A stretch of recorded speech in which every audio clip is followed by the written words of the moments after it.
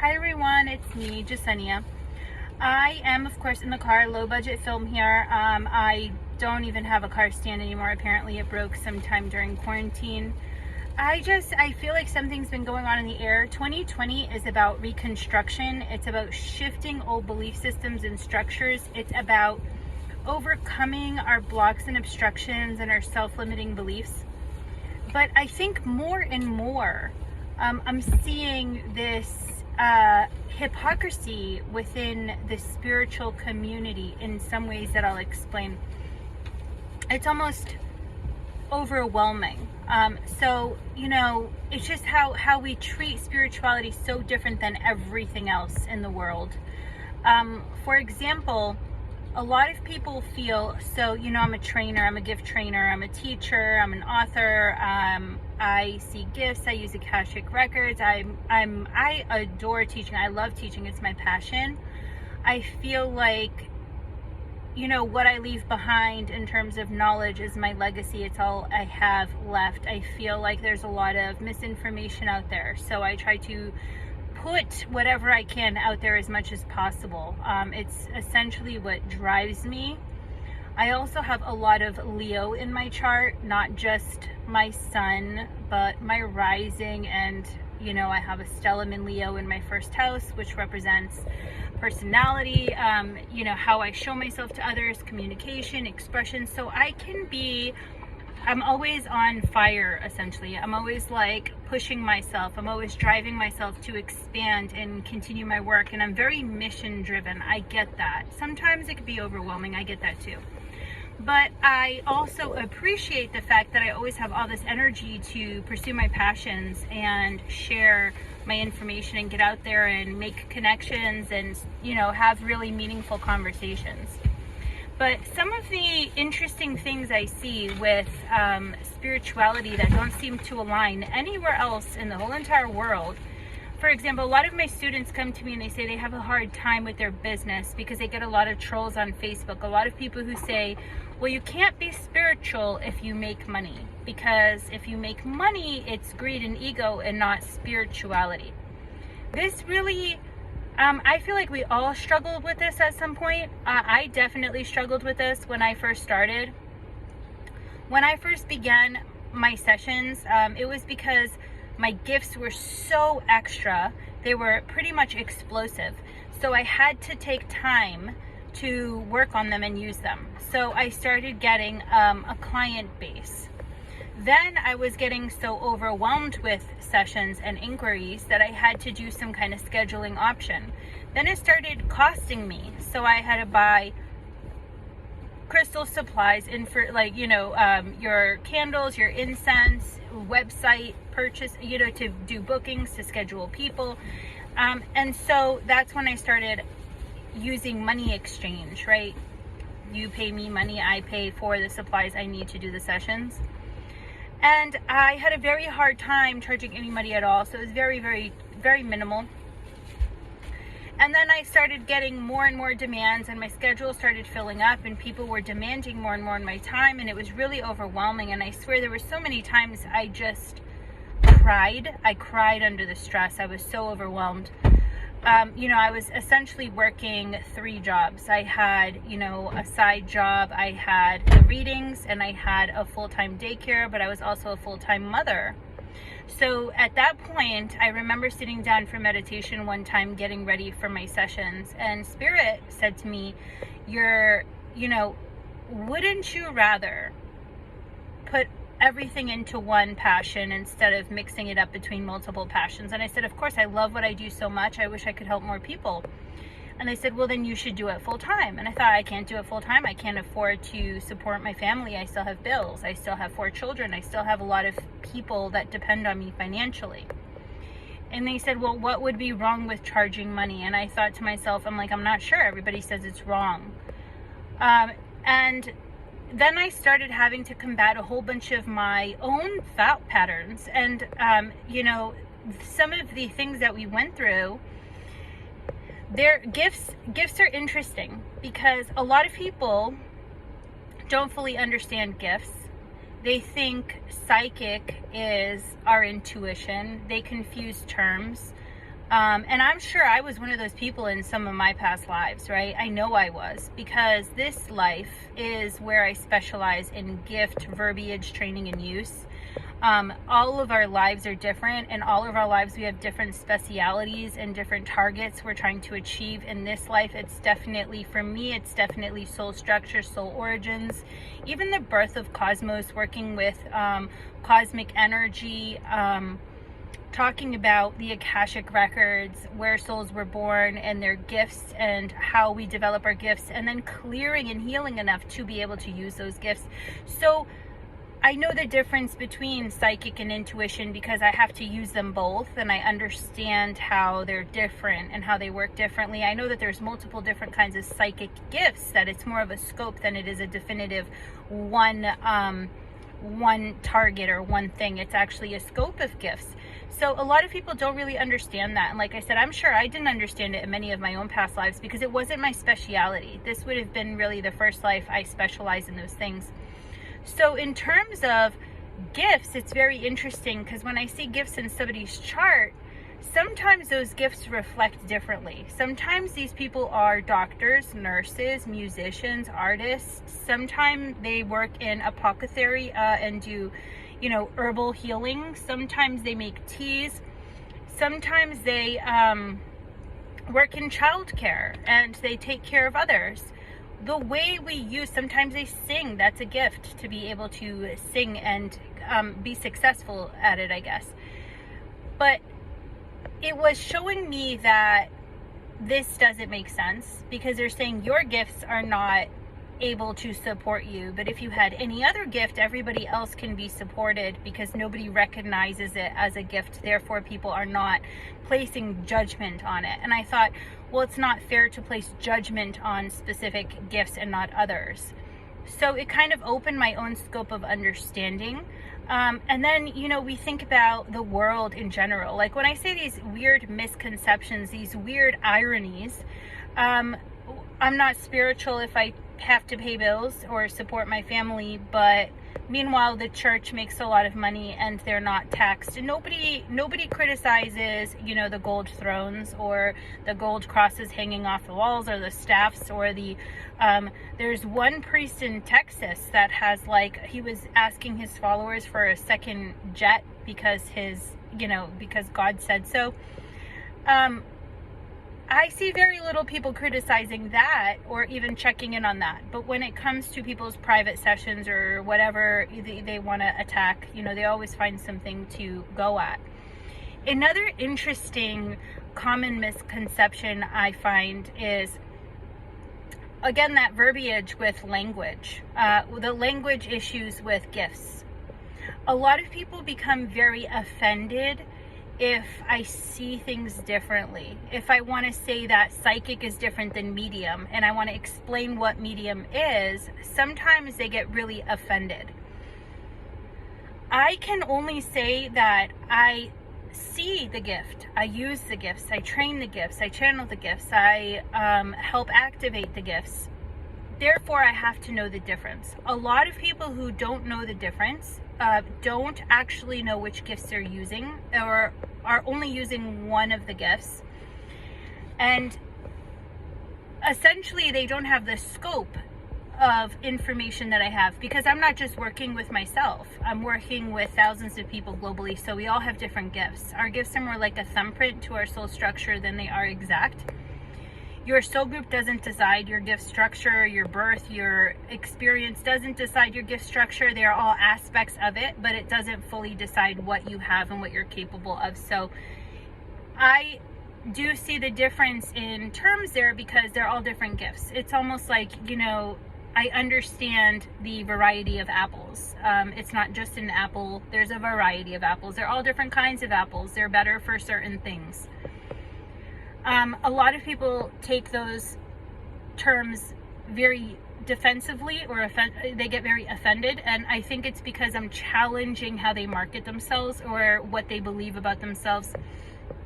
All I like to say is that you only get more powerful when you know what gifts you have, because then you could focus energy on them, and when you focus energy on them, they evolve, they get really, really strong. And yes, gifts do evolve, so eventually that one gift could branch off into multiple. But if we're starving our gifts, trying to make them something they're not, then we don't actually evolve. They kind of stay stuck because we're energy starving them. So we're taking all the focus off of what is and obsessing over what isn't, and that of course doesn't evolve our gifts because the energy is misplaced. Energy is life, energy is fuel, so focus becomes our fuel and energy in life. So another weird thing that I come across a lot is a lot of people like to say that spirituality is something that we find within, and anybody who trains or talks or guides or whatever is, there's a lot of different things that people say, but they're usually very negative, that they're, first of all, like demonic or negative or cultish or trying to control the population, or, I've heard everything. That they are looking for followers and not enlightenment, or that they're trying to control people. But every other craft, every other skill, every other knowledge here in the physical involves some type of education. So that's what I don't really understand, why people can't make that connection.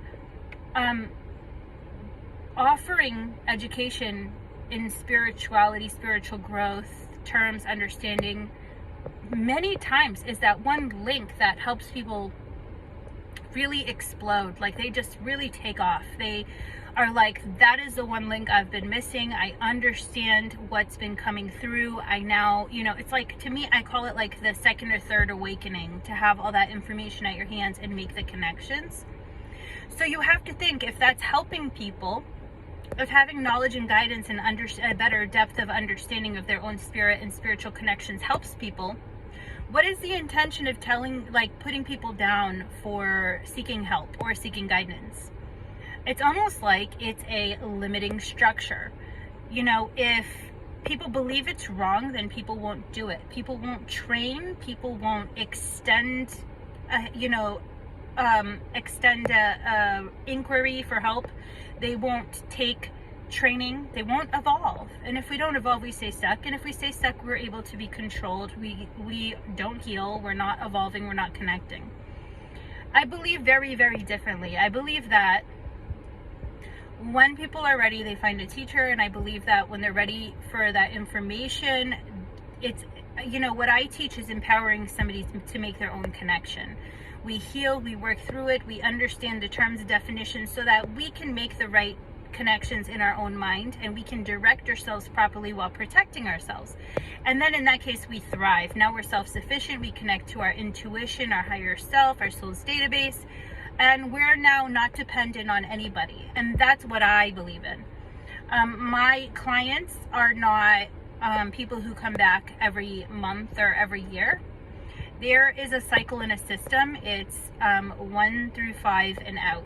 You're supposed to be on your own. You're supposed to be healed. You're supposed to be taking intuition and development from your higher self, and you're supposed to be making your own connections. But it's about teaching people how to do that.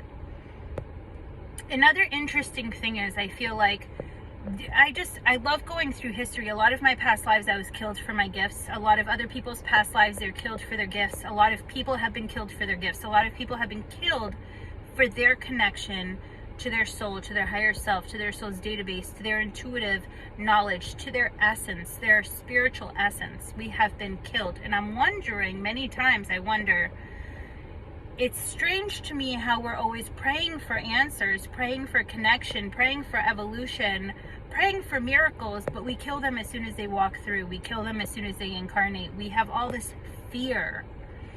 And I really question people. I ask people to question that. Question the way you attack or are trained to attack people who have spiritual knowledge. Because I've noticed that people could be very peaceful for the most part, but the second somebody comes in with something new, they immediately go on defense and attack. They want to rip them apart. And it's just another witch hunt. And I'm just so sick of these witch hunts. Aren't you? Like, let people grow. Let people expand. Stop living in fear. We're shifting out of fear. Another interesting misconception I come across a lot is that all spiritual people have to smoke pot all the time to connect and meditate. That pot is somehow connected directly to meditation and to awakening and to all of this, and it's not. I don't smoke. I actually get very uncomfortable when I smoke. And I have in the past, yes. In my, I was a rebellious teen. I definitely experimented with certain things. I'm now going to be 33 years old and I have 4 kids. I'm definitely a little bit more boring now. But I never liked it. I always got very paranoid, very uncomfortable, and I just didn't resonate with me. And a lot of people have this kind of this obsession. I even had a lot of issues growing up because I was always trying to find friends and acquaintances that were very spiritually aware or in tune and wanted to have these difficult conversations and wanted to really talk about the stars and aliens and all things amazing. And I thought, oh, here's a really cool person, and then it turns out they were a drug addict. And then here's a really cool person, it turns out they were a drug addict. So it was almost like it was delusion and not connection, because that's what drugs do. We do see things, sure, we can hallucinate, we can come up with interesting stories, but it's not the same. My spiritual connection and download makes sense to where I'm at in my life physically. I can write it out, I can digest it, interpret it, use it. A lot of these messages that other people were getting based off drugs, I feel like they're based off, like I said, delusion and hallucination, and many times they can't actually be utilized. I always think about, is the information useful? How is the information useful for humanity? I think that's really important. I actually don't share a lot of the connections that I get from spirit, because if it's not useful for humanity, then there's really no point to kind of put it out there. We have billions of incarnations outside of Earth. We've all have this amazing, intense soul database, but when I'm going through somebody's records, I know enough to leave those out because they don't resonate to our experience here on Earth at all. It's like talking about a life goal to build a flower as opposed to a life goal to heal trauma and, remove generational wounds and help the collective ascend. It's a very different, it doesn't make sense to us here in this life, in this incarnation. It's more like a distraction. Spirit will always give us what we need now. If we look at soul records, they're infinite. We're talking about soul is infinite. Your origins, where you've been, how you've your soul family, how you've experienced life, all of the traumas, your history. It's an infinite database. So when we're trying to go through it, what we're looking at are really like just the things that relate to us here now. What traumas are inhibiting us, what self-limiting beliefs are repeating, what patterns are creating blocks to us currently. So we do only pull out information that's useful to us now. And that's what I mean about, staying away from the delusion, is to focus on what is tangible, what can help us grow, what can help us evolve. Another interesting thing is the major separation in alien and spirit. A lot of people like to think that aliens are these strange entities that have no connection to us. Some of them are dangerous. They love probing people. There's a lot of really strange things people say about that. Aliens built all of the ancient civilizations, that humans were not responsible for that in any way because they're too dumb. There's a lot of things out there. Aliens are our soul family. If you see spirit, if you see people's higher selves and spirits, their home dimensions, their energy, they're very alien-like because we're all the same. Essentially, aliens visit us spiritually through our telepathy and our connection and our spiritual gifts, and they give us advice, but they don't interfere physically or try not to. For the most part, they do have contracts with people here on Earth where they come visit frequently in the physical, but it's not something they try to do. It's more like soul and spirit, right? This is our project, and they don't want to be disrespectful and come out with ego and be like, well, you're doing it wrong, I'm doing it all right, I'm gonna take over. They don't like doing that because it's not their project. They do have guidelines they abide by. So aliens are our spirit team. They are our soul groups. They are our soul family. They are connected to us. They're the same. It's the same thing. Our souls are born of the stars. They are born of planets or stars. We incarnated on Earth to align Earth and use that alignment for our multiverse. It's more like an energetic battery. When the dimension, planet, and physical life are all aligned, it creates this tremendous energetic field that kind of acts like a source of power for the universe and thus the multiverse. So it's very important. Earth's density is very important because it means that everything we do here is that much more powerful. So if we can align it, it's that much more powerful. It's a very rare density. It's probably the second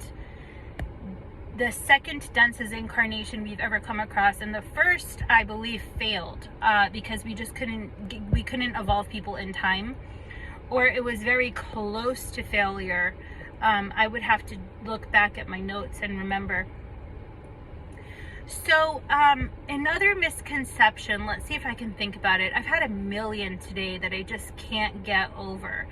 Oh, so another one is, if you have any information that's new, people sometimes get angry with you and they'll like try to quote old information. They'll be like, well, in 1720, this psychic said blah blah blah blah, you're wrong. Or how about the Bible? Let's say like the Bible channeled information that said blah blah blah blah, you're wrong.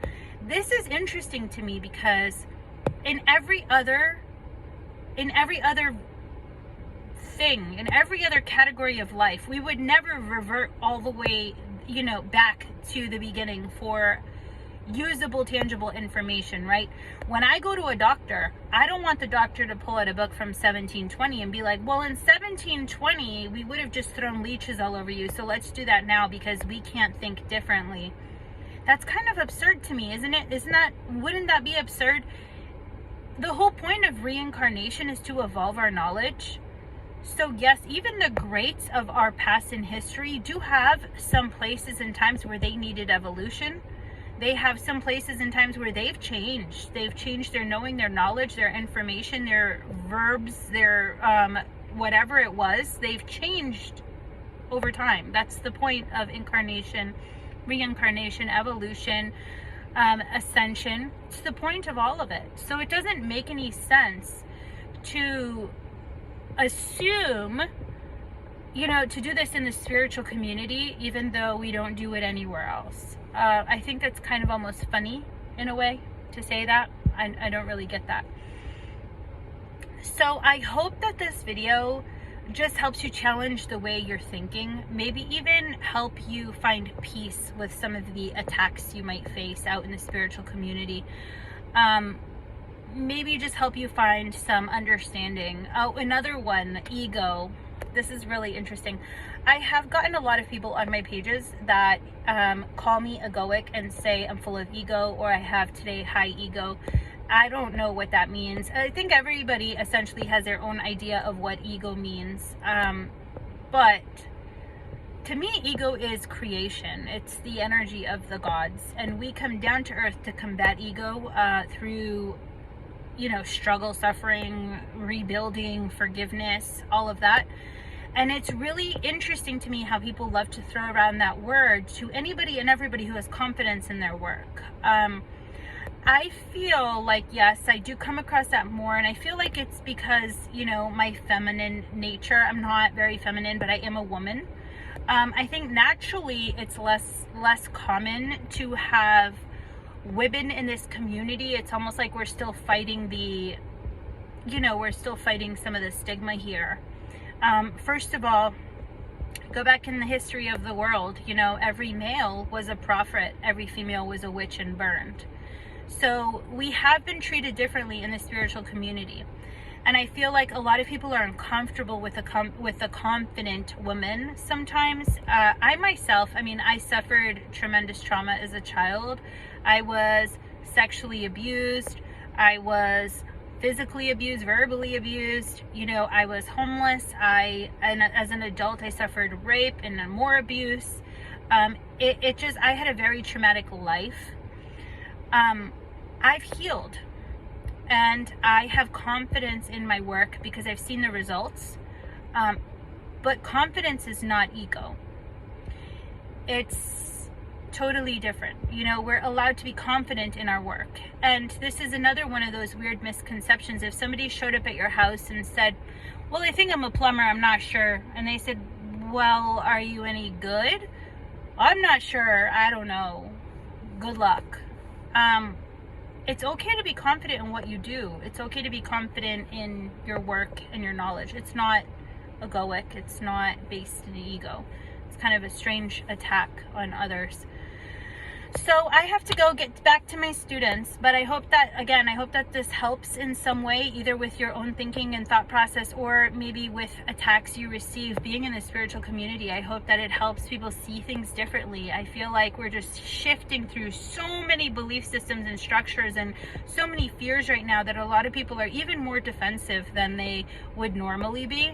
And that's really what inspired me to go out of my way to try to create a video, even though life's been a little bit wild around here. So thank you so much for listening. I appreciate you guys.